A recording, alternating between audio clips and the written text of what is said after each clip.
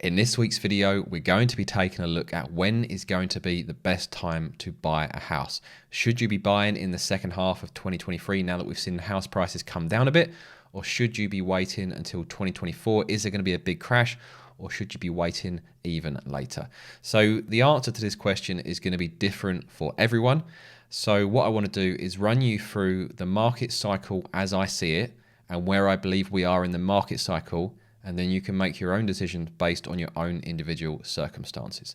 So in front of me, we have a market psychology diagram.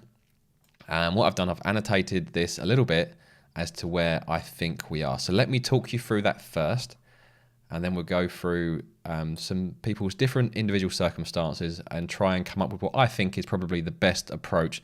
And I'm also going to share my approach as well, because you guys know that I'm currently out of the housing market, waiting to see how this plays out, and then I'll be making my decision. So if we go back to summer last year, where the market was at its peak, and we know it's at its peak as if we go to the official house prices peaked in September 2022, and they've been coming down ever since.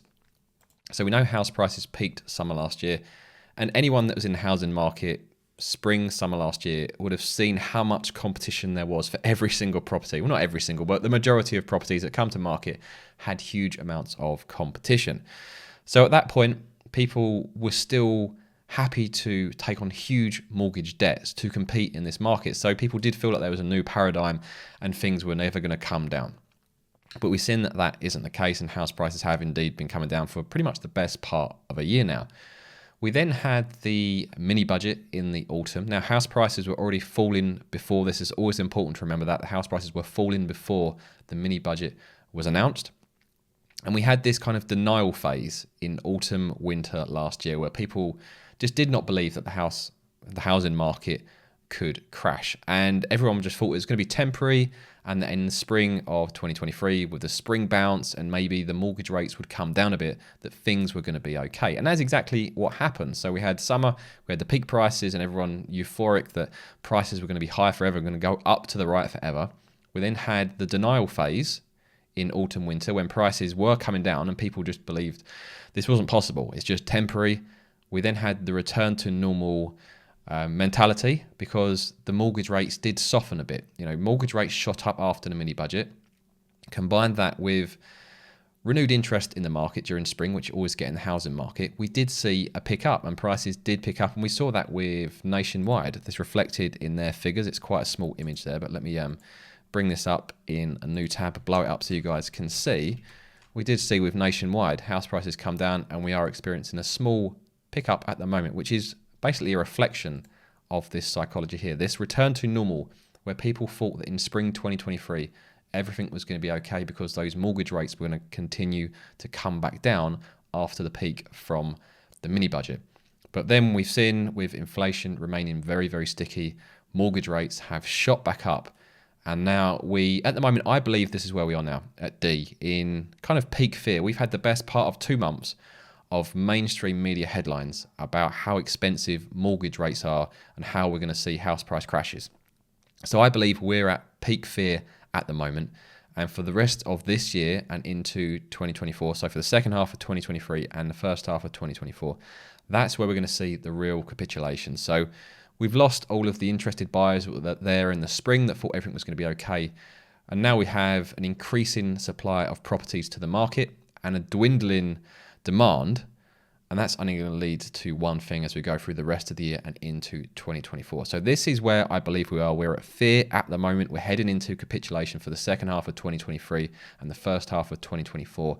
And then I'm not certain when the bottom's going to be. I think it will start to bottom when the Bank of England start to reduce interest rates and potentially mortgage rates follow. Now, mortgage rates may come down a bit before the Bank of England decides to reduce rates. It all depends what market expectations are. Just as we've seen over the past few months, the markets tend to front run what the Bank of England do. And then there'll be a bottom, probably a dead cat bounce. And then I think there'll be a lot of sideways action for a long, long time, as a lot of the stimuli that have been there over the past few years to drive the housing market has disappeared. So that's how I think it's going to play out. So if we use this as where we are at the moment, we're at fear. If this is correct, we have to look at your individual circumstances to decide where you go from here. So if you're a first-time buyer, so actually let's start with people that have to buy.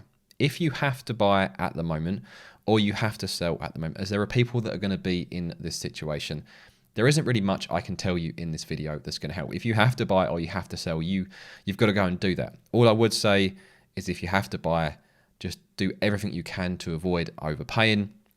Make sure you place an informed offer based on the research you've done.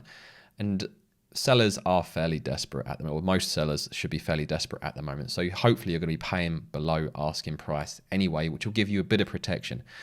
But if you have to buy, you have to buy. Now, for the people that don't have to buy, if you're a first-time buyer and you can and stay with your parents, or you can stay with friends, or you can stay renting, I would continue doing that until at least spring next year, just to see how the second half of this year goes. And I think this is where we're going to see the chunkiest parts of the fall, the second half of 2023 and the very first part of 2024. Now, for people that are upsizing, I would say, again, be patient. Now, your own house price or your own property price may come down, but say your house is worth £400,000 and it comes down 20%, okay, you're going to lose 80 grand on your place. But if you're buying somewhere that's 600, that's going to come down 20%, potentially more, because I think that segment of the market is going to get hit the hardest because of the availability of credit, or the affordability of credit is so much more expensive. If that came down 20% as well, a £600,000 house would come down £120,000. So you have to view it in relative terms to the property you're looking at. And this applies to downsizers. If you're downsizing, you want to be selling ASAP, because the property that you own is going to be coming down disproportionately compared to the property that you're going to want to buy, the cheaper property that you're going to want to buy. So if you're upsizing, be patient. If you're downsizing, get selling now. Now, if you're like myself and currently in rentals, so I was a homeowner for 15 years from 2007 until September. I think it was the 30th or 31st of August last year was when I sold my house. So I've been in the housing market for 15 years and had an opportunity to sell, and it looks like I've sold at the peak. And now I'm sitting on the sidelines. I'm currently in a 2-year contract where I'm renting. So when am I looking to buy? Well, I'm coming up to nearly a year through, and it'll be 2 years at the end of August next year.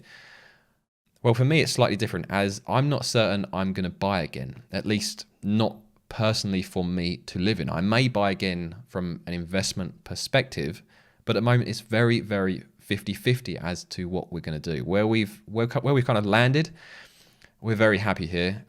We have a very good landlord, and it's set up very different to the traditional landlords that are out there. We're part of a country estate, and the landlord said to me when we moved in last year, his goal is to get me to stay for 20 to 30 years.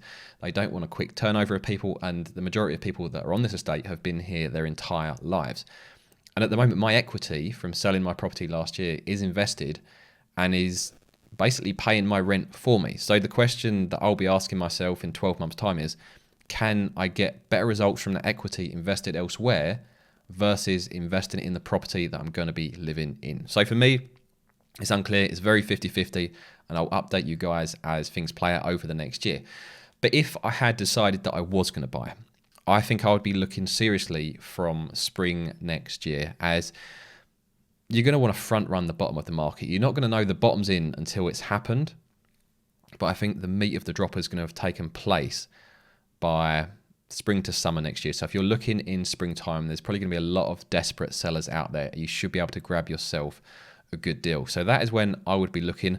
Now, I am watching Rightmove every single day, and I have been for the past year, as I want to know exactly what is going on in my local area.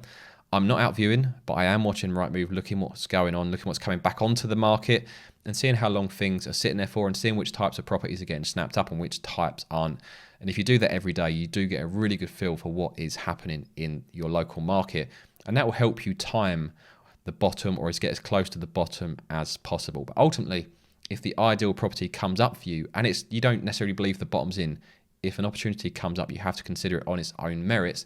It's not always about getting the best price. Sometimes it's about getting the best property for you so you can move on with your life. So you need to consider your own individual circumstances. Take a look at this. Now, if we compare this, I think this is accurate. If we go back to the nationwide house price index, this looks frighteningly accurate as to what is happening on this market psychology diagram. So we had this kind of initial sell-off back in 2008. We had this big run-off, the blow-off top, the denial, and then potentially we are here. And it's exactly what we're seeing here on Nationwide. We had this in 2007 and 2008 and 2009, and a big run up here, the drop down, the denial bounce, and then are we going to see the real capitulation over the next year or so?